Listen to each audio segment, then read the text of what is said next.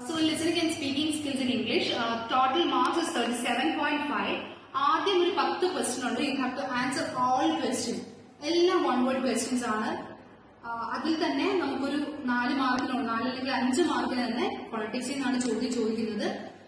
Usually ചോദിക്കുന്ന ചോദ്യം എന്ന് പറയുന്നത് pick out the word with some sounds. A I O ഇങ്ങനെ എന്തെങ്കിലും ഒരു ഡിപ്തോൺ ഒരു സൗണ്ട് തരും. 4 ഓപ്ഷൻ തരും. You have to find out a word. ആ സൗണ്ട് വരുന്ന വാക്ക് ഏതോ അത് കണ്ടുപിടിക്കണം.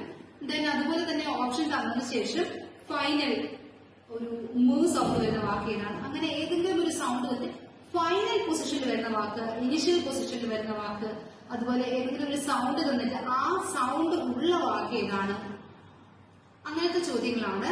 ദെൻ സെക്ഷൻ 2-നകത്ത് ഓപ്ഷൻ ഉണ്ട്. ആൻസർ എനി 4 ആണ്. 80 വേർഡ്സിൽ ചോദിക്കുന്നതാണ്.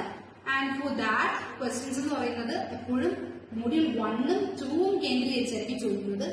യൂഷ്വലി ചോദിക്കുന്നത് what is differentiate between listening and hearing, organs of speech or listening effectively process എങ്ങനെയാണ്, ആ ഒരു first മൊഡ്യൂളിനെ base ചെയ്തിട്ടായിരിക്കും.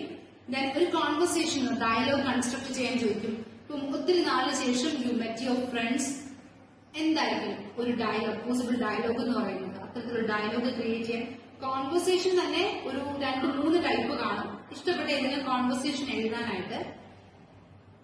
Then organs of speech ചോദിക്കാറുണ്ട്. ഫസ്റ്റും സെക്കൻഡും മോഡ്യൂളിൽ നിന്ന് തന്നതാണ്.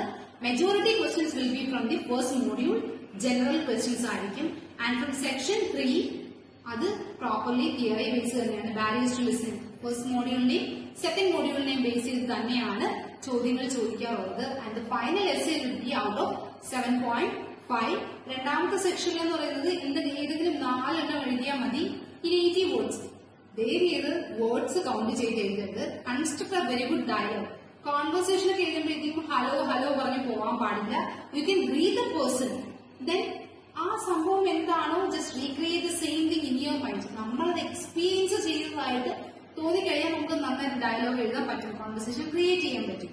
ഇപ്പം എന്തെങ്കിലും കാര്യമാണെങ്കിൽ ഇൻഫോർമൽ കണ്ടീഷൻ, സുഖമാണോ, എന്തൊക്കെയുണ്ട്, കണ്ടിട്ട് കുറെ ആയല്ലോ, ഇതേ കാര്യങ്ങൾ പതുക്കെ ഇംഗ്ലീഷിലേക്ക് ഒന്ന് ആക്കി വെച്ചാൽ മതി. You can frame a very good conversation. 80 വാക്ക് നോക്കുന്നത് try to create the maximum wonderful conversation. ഒരു എക്സ്ചേഞ്ച് ക്രിയേറ്റ് ചെയ്യാനായിട്ട് നോക്കുക. That's all about the question paper structure. Thank U.